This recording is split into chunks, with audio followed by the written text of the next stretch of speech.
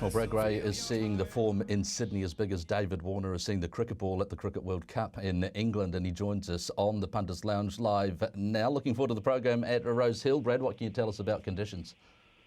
Yeah, good morning, Jason. The conditions at the moment, it's a really sunny day here in Sydney, which is obviously a great thing given we're in the guts of winter, but a rain throughout the week, so we're a soft 5. But speaking to the track curators yesterday, they're pretty hopeful that we're going to get into a good 4 range. Obviously, a good 4 in winter is a little bit different to a good 4 over summer. So there's still going to be a little bit of cushion there, but it's going to be a really fair track, rail out 6. But as we know from Rose Hill, it's a really fair deck at the moment, so I expect every runner to get their chance.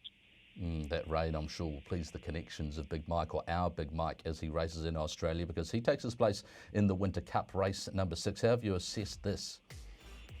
Yeah, he could have been excited his first time in Australia, didn't he? Our Big Mike, he ran along at a really good clip. The replay we're going to have a quick look at is the McKell Cup, which looks the obvious form line for this particular race. Our Big Mike went out at a brutal tempo here, which made the win at Hush Rider even better. So obviously there was plenty of merit to it, given it was 2,400 metres first up. Gay Waterhouse and Adrian Bott obviously had this horse really fit. He returned to gelding. His mind was on the job. The problem with him before this was he was always a little bit colty in the yard and used to run his race before he went out on the track. But he was on his best behaviour here.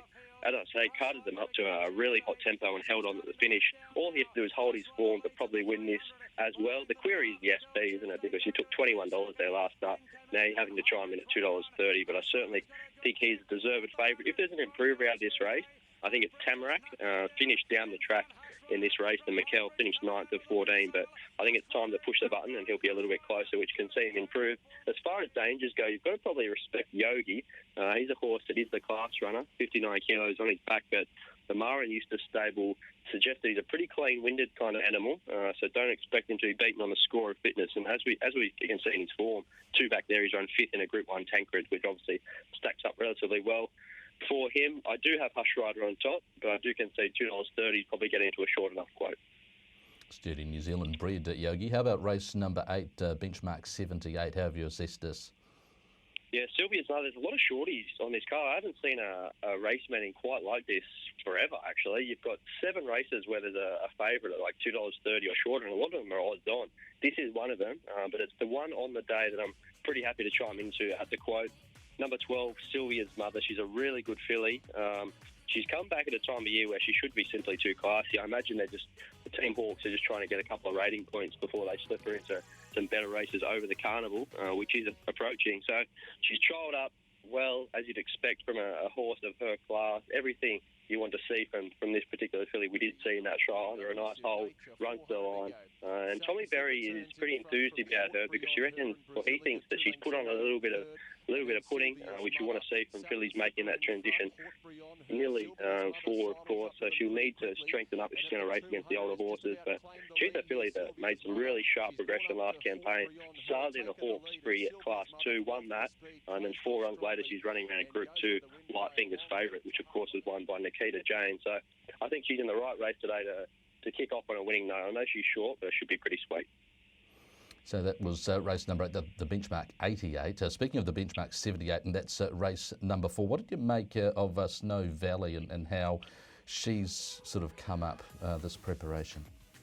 Yeah, I think she's come up in really good nick, Jace. So this is my best of the day. It was a tricky day to find a best with so many shorties, but I think this is the one that we can really hone in on.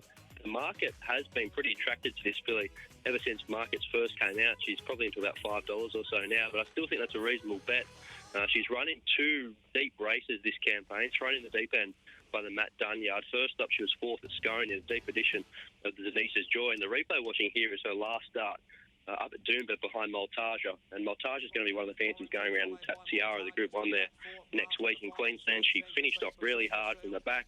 I think it's easy to peg her as being a little bit of a backmarker watching her last 2 starts, but she does have tactical speed. She's just been a victim of a couple of really bad gates. She draws soft today, right back in grade. And I think she'll just tuck in behind the speed and give us a really good run for our money in a very suitable race down in the weights. So to summarise, Snow Valley is your best. What other bets have you got for us? Yeah, so keen on Snow Valley in race 4. That's race 4, number 10. Sylvia's Mother, happy to take the short odds about her. I think she's come back in very good order and she needs to hold form to be winning again. That's race 8, number 12. And one a little bit earlier in the card is Sir Bacchus. I think of the favourites, Asterius is one that's a little bit vulnerable. in race 3 around the $2.30, $2.40 like back in trip.